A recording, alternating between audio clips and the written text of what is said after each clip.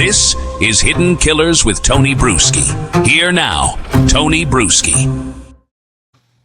The Scott Peterson case. It's getting some traction in a courtroom.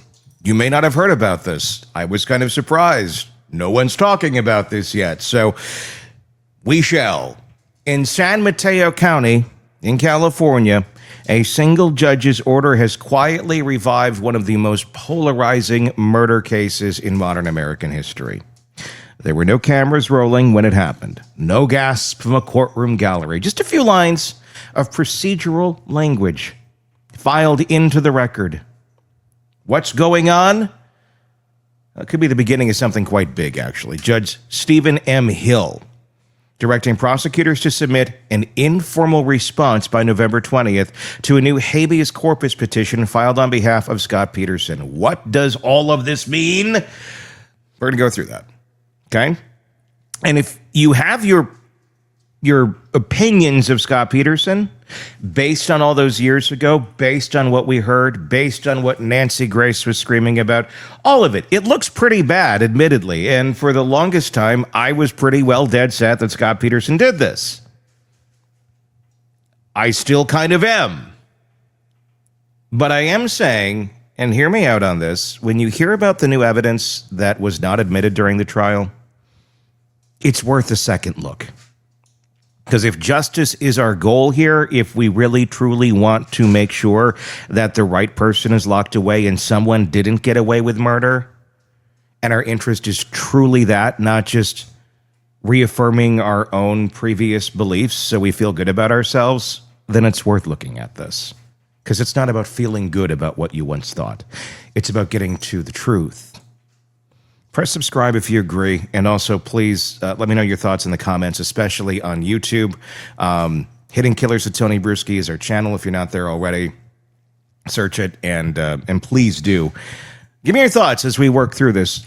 And thoughts, meaning not just, he's guilty, he's innocent. Like, process this a little bit. For those who lived through the early 2000s, the media storm surrounding Peterson's trial, it still carries a gravitational pull, the name Scott Peterson. A shorthand basically for deceit, tragedy, and public obsession. To others, it's a story that never sat entirely right. Now, more than 2 decades after his conviction, the Los Angeles Innocence Project has stepped in, asking the court to take another look at the evidence, the process, and the lingering questions that has haunted this case from the beginning. Are we absolutely sure we got it right? You're like, Tony, well, based on that evidence, I mean, how could he not have done it? I agree. Based on what we saw in that courtroom back then, yeah, it looks pretty damning. But what if I told you that evidence and some of those conclusions that were drawn from the evidence were not accurate? Yeah, science kind of sucks sometimes, doesn't it? Especially when it's wrong. No one's claiming to have the answer. Not the defense, not the state, not the judge. But for the first time in years, the system is being forced to look again. Scott Peterson has spent the last 23 Christmases behind bars for the murders of his wife, Laci, and their unborn son, Connor. And Scott's a pretty shitty dude, no matter how you look at it. He just is. I mean, but again, you can't convict someone on being a philandering cheater for murder. One can say, yes, you can. Yes, but at the cost of letting a true murderer go away if he didn't do this. So what's more important to you? Again, we always mix our feelings into this stuff. And we want to be right. And a lot of us have been scorned at one point or time in our lives by a significant other. And Scott Peterson just feels like the cathartic, yeah, that many people wanted at a certain point in their lives. I get it. But again, at what cost? The cost of letting an actual murderer go free and let it sit on the easy target of the husband? Again, I'm not saying he didn't do it. Again, look at the evidence, and here we go. The image of Laci's smiling face, the missing person posters that turned into candlelight vigils, the search boats combing San Francisco Bay, all of it became part of a national memory when this stuff took place. Before social media, before iPhones, Before all this stuff, she vanished on Christmas Eve of 2002, 8 months pregnant, gone without a trace. Peterson told police he'd gone fishing alone that morning in his newly purchased aluminum boat. When he came home, Laci wasn't there. Their dog, Mackenzie, was found wandering the neighborhood with a leash still attached. At first, police treated it like a missing persons case, but suspicion moved fast, accelerated by inconsistencies, lies, and a media circus that seemed to know where it wanted to land. The affair with Amber Fry became front-page news. His behavior after Laci's disappearance, calm, evasive, detached, read to many as cold-blooded guilt. And when her remains were discovered months later, not far from the same bay where Peterson said he'd been fishing, public opinion was pretty much sealed.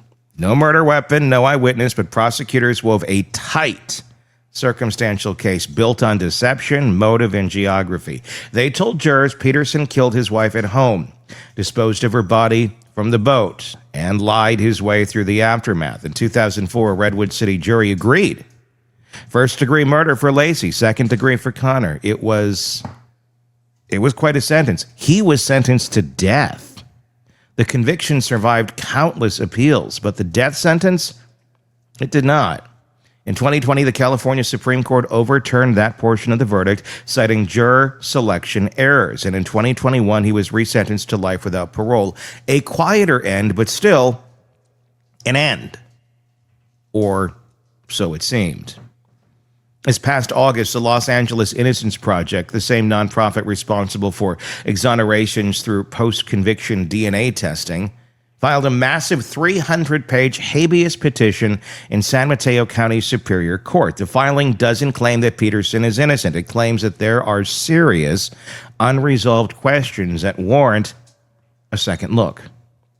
At the center of it, 14 separate claims, each aimed at what the defense says are cracks in the state's case. Some of those claims revisit familiar points, but with new evidence or context attached. Okay? Witnesses who reported seeing a pregnant woman walking a dog near Dry Creek Park on Christmas Eve after the state's alleged time of death. Yeah, what happened to those? Oh, they didn't want him in the first case. So they didn't get there. Didn't fit the narrative. A burglary that happened across the street the same morning involving suspects whose leads, the defense argues, were dropped way too quickly. Questions about the physical evidence, duct tape found with Laci's remains that was never fully tested for DNA, fibers that might connect to other scenes, stains on the Petersons on a mattress later tested negative for human blood. There are chain of custody issues too. Items lost or mishandled over time, like a wristwatch the defense says could have helped verify or challenge the prosecution's timeline. Kind of a big deal. She had a watch, very specific watch, showed up in a pawn shop after she disappeared. Well, was Scott out there pawning her stuff, thinking, I'm going to make a couple bucks and hope I don't get caught at this one, just to... It's odd. There are renewed questions about a juror's impartiality, an issue that's been litigated before but is being reviewed now with added affidavits. And there's the boat.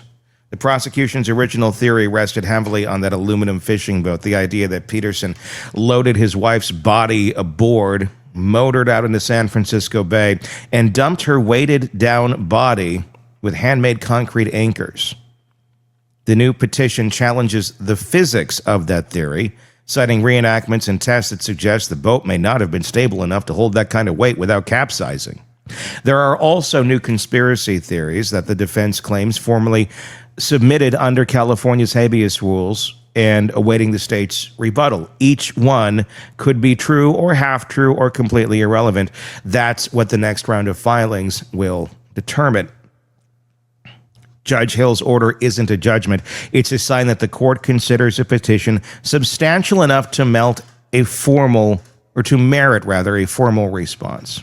That alone is rare. Most habeas petitions never make it past the clerk's desk. But there's a lot in here. The prosecution, led once again by the same district attorney, Bridget Flagger now faces a November 20th deadline to explain why none of these 14 claims deserve a hearing. This is how it works. It's ping pong, basically. Here's our 14 points. It's not argue them. It's tell me why you've already argued them and why it's already basically settled science or settled arguments. Some of these don't have answers. Once it's filed, Peterson's defense team has 15 days to respond. After that, the judge can either deny the petition outright or issue an order to show cause, which would open the doors to evidentiary hearings, witnesses, testing, new testimony, the works. If the court denies it all, the case remains closed, save another round for appeals. If even one claim survives, it could put the entire case back into court. And for Peterson, that possibility means something to cling to. For Laci's family, it means reliving the worst moments of their lives all over again. And that's where the story lives right now. In the impossible space between grief and doubt, between what we think we know and what might still be missing.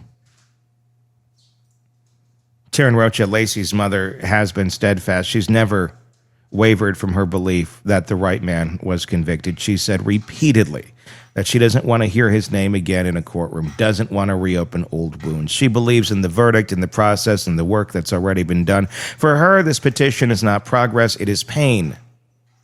And I'm sure it is. But again, there's some very questionable facts in this. And if you really want to dive into the details of it, if you're not fairly convinced by this piece is more so, let's get your interest here. If you're interested and you want to know more, we got videos for that. Look back in our channel for a conversation I had with Bob Motta about Scott Peterson. Just search Bob Motta, Scott Peterson on our channel, you'll find it. It's a few weeks back. We go into the details of this. We break down all of the filing. And look, by the end of that, by the end of us going through it, I was even far more convinced at the end of the day that, yeah, if nothing else, this deserves a second look. There's a lot in here. You have eyewitness accounts of people seeing Laci when she would not have been seen, if the original timeline stands up. You have places where the timeline literally is bent by the investigators, by the prosecutors, to fit their narrative. Clearly bent. Okay, can you account for it? Can you account for the bending of some of these pieces of the timeline? And it's not just being because it fits your narrative better.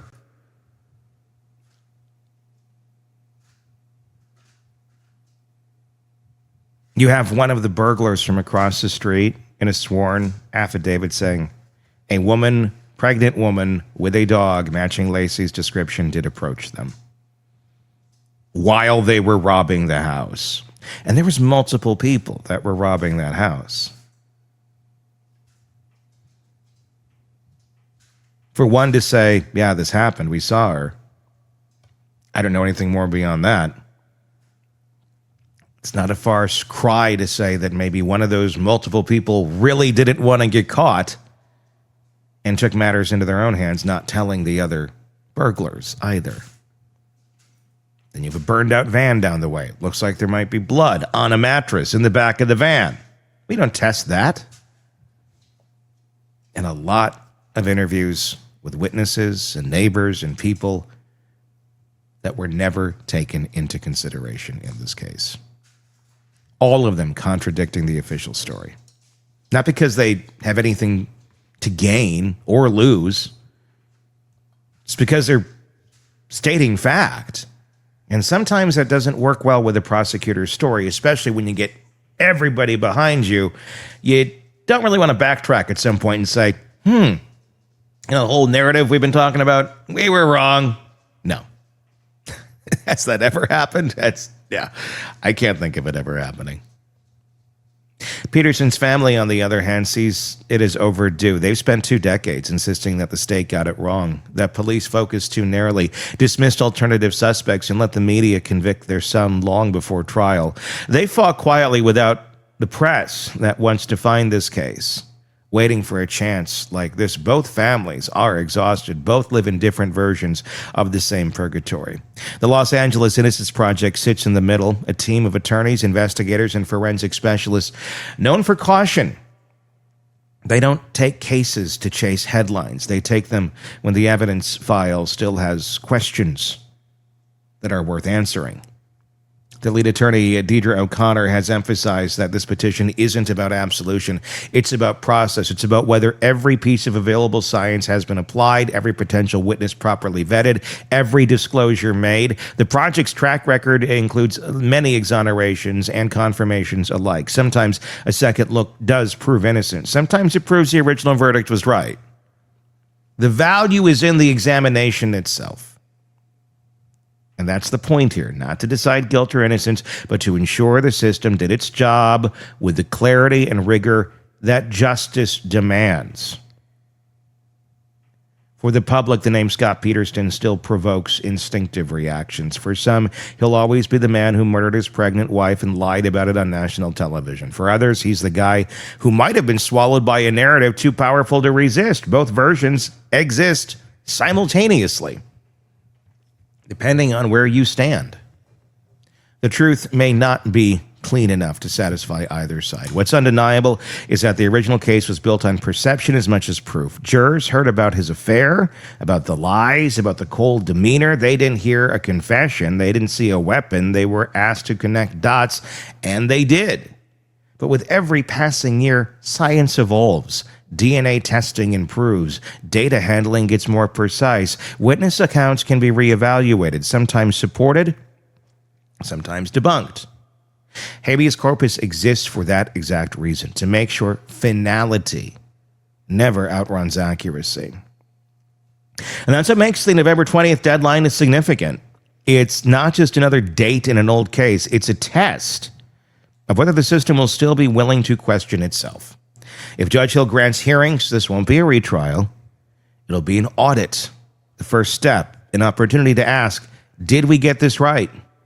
It'll be lawyers and experts sitting in a courtroom 23 years later, comparing then and now, revisiting every anchor, every fiber, every timeline. If the court denies it all, then the record remains intact and the story stays frozen exactly where it's been since 2004. Either way, the same truth remains. No one outside that courtroom truly knows what happened in that Modesto home on Christmas Eve. We know that Laci Peterson was loved and that she's gone, that a family was destroyed. We know her husband sits in prison, convicted, appealing still. We know that he was a cheater, philanderer, really a shitty dude. We know that 2 decades later, a new generation of lawyers and scientists think the case deserves one more look. It doesn't mean Scott Peterson is innocent. It means the system isn't done making sure. Maybe that's the most important thing about this entire chapter. Not that it will change the outcome, but that it shows the machinery of justice hasn't completely calcified into certainty. That after all the noise, the trials, the talk shows, the documentaries, there's still space left for doubt. Not as weakness, but as a form of integrity. Laci's family deserves closure that feels unshakable. Peterson's family deserves a process that feels complete. And the rest of us deserve a system willing to pause long enough to check its own work. That's what this is, a pause, a recalibration, a long-delayed act of due diligence. When Judge Hill sits down to read the state's response later this month, he'll be holding more than 300 pages of legal argument, 2 decades of grief, conviction, and lingering uncertainty bound together in one heavy stack. The question here really isn't it about guilt or innocence? It's about confidence. Can California still say beyond a reasonable doubt that it got this one right? We don't know. And that's exactly why this matters.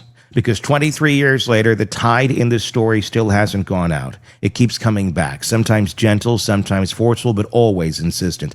Asking the same question the rest of us should never stop asking. Are we sure? Give me your thoughts in the comments section on YouTube. There's a lot here. There really is a lot here if you choose to dig. If you choose to just look a little bit into this, I would say this certainly deserves a second look. Because there's a high possibility, in my opinion, that the wrong guy is behind bars. Doesn't wipe away he's a shitty dude. It's kind of like Alec Murdaugh in some ways, too. Shitty dude. But the crimes over here don't mean he automatically committed this crime over here. Beyond a reasonable doubt. A lot of questions. A lot of questions and a lot of things that just simply don't seem to add up very well. And very bad police work. When you mix that into the equation, it's hard to truly connect the dots with any sort of certainty because the basis to which you're building on is corrupted. And there's a lot of shitty police work in this story. There is. Give me your thoughts in the comments section. I'd be very interested to hear it. Hit subscribe while you're at it. I'm Tony Brueski. We'll talk again real. Want more on this case and others? Then press subscribe now and don't miss a moment of true crime coverage from Tony Brueski and the Hidden Killers podcast.